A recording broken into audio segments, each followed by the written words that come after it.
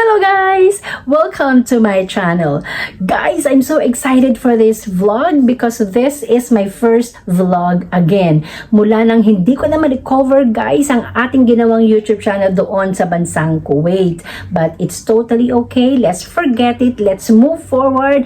And for sure guys, may enjoy nyo pa rin ang ating bagong format ng YouTube channel. But before anything else, since this is my first vlog, sa mga hindi pa po nakakakilala sa Vavaism na ito, well, let me introduce myself. My name is July, at your service. And every time I'm introducing myself, I always say July because I was born in July.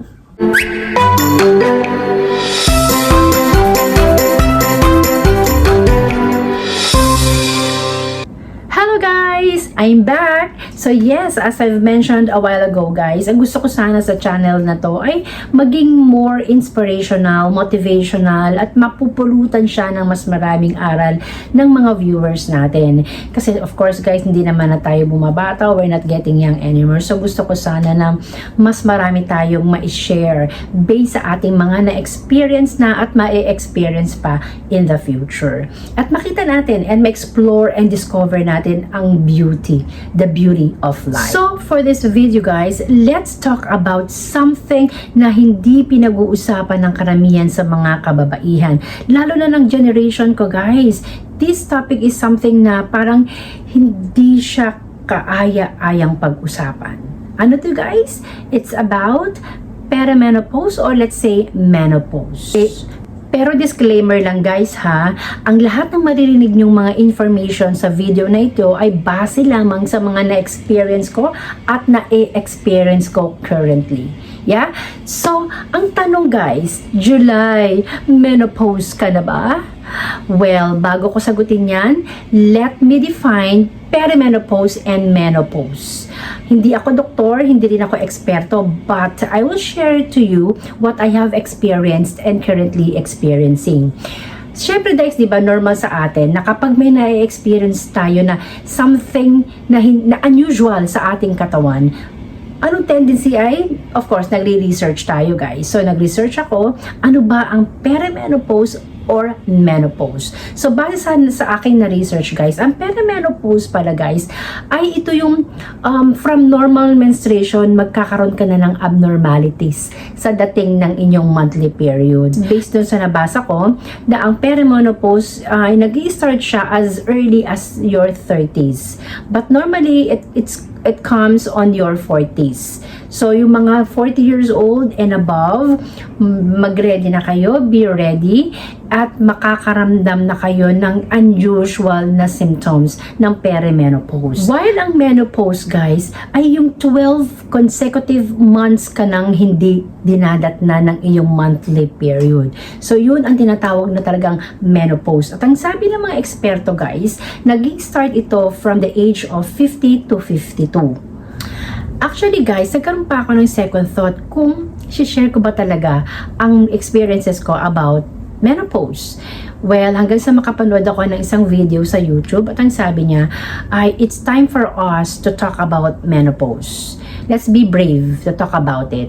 Kaya ngayon, I decided na pag-usapan ko ano ba yung talagang naranasan ko para alam nyo, maging aware din kayo guys sa mga mararanasan nyo in the future. Well, ano ba yung mga symptoms ng perimenopause or menopause? Okay, let's start dun sa panahon na nagiging abnormal na ang aking menstruation. Actually guys, nung nag-start ako magkaroon ng menstruation, I was only 13. Mula noon guys, regular talaga ang aking menstruation at wala akong pain every month na magkakaroon ako. Then just like in 2024, in June, nagkaroon na siya ng abnormalities. Lumalakas yung menstruation ko at bigla namang hihina. So in June, lumakas siya. Then in July and August, bigla siyang nagkonti-konti na lang siya. Hanggang dumating yung September, totally nawala ang aking menstruation. Ano yung una mong mararamdaman kapag, or maiisip kapag wala kayong menstruation? Ha? Buntis ba ako? Ang daming question. Buntis ba ako? Ano nangyari? Bakit biglang nawala? Hanggang sa tumagal yon hanggang February of 2025. Nung February, nagkaroon na naman ako ng menstruation, guys. 7 days, which was not normal for me. Normally, ang menstruation ko lang ay 3 to 4 days. 7 days, ang lakas, guys, nung 2025 ng February. And that was my last menstruation. Hanggang sa natapos ang buong 2025, hanggang ngayon, guys, ay hindi na talaga ako niregla. So, ang iniisip ko talagang menopause na talaga ang babaism na ito. Okay guys, now let's talk about the symptoms. Ano ba yung mga naranasan ko? Well, ang sabi nila, meron kang mararanasan na hot flushes, headaches, muscle pain, memory loss, meron din yung may heartburn ka, yung irritated ka, yung mood swing mo, minsan nagkakaroon ka ng mga pimples. Well, lahat yun ay naranasan ko. Pero siguro guys, yung unforgettable na talagang dinama ko siya hanggang ngayon guys, yung hot flashes. Kakaibang pakiramdam yun guys. Hindi mo alam kung kailan mo mararamdaman yon, hindi mo alam kung kailan siya darating. For example guys, naglilinis ako or naghuhugas lang ako ng pinggan, so mararanasan mong sobrang init ng katawan mo. Sometimes from here up to your head, mainit siya guys, as in mainit siya. Iba yung pakiramdam mo so nagbabago na rin yung mood mo pag naramdaman mo yun. So, ang gagawin mo, maghahanap ka ng electric fan, something na malamig, para mag-is yung nararamdaman mong init sa katawan mo. Bigla magbabago na lang din yung mood ko, guys, pag mainit yung pakiramdam ko. So, ginagawa ko, nagre-relax lang ako, nare-relax ko yung sarili ko. Kasi ang iniisip ko lang, lilipas din siya kasi it will take only like few minutes. Okay guys, another symptom guys na talagang naranasan ko ay yung memory loss guys. Minsan guys, nakakalimot ako kung saan ko ba nilagay yung isang bagay, at pinapaalala na lang sa akin ng asawa ko, eto, nandito siya, nandito yan. So nagkakaroon talaga ako ng memory loss.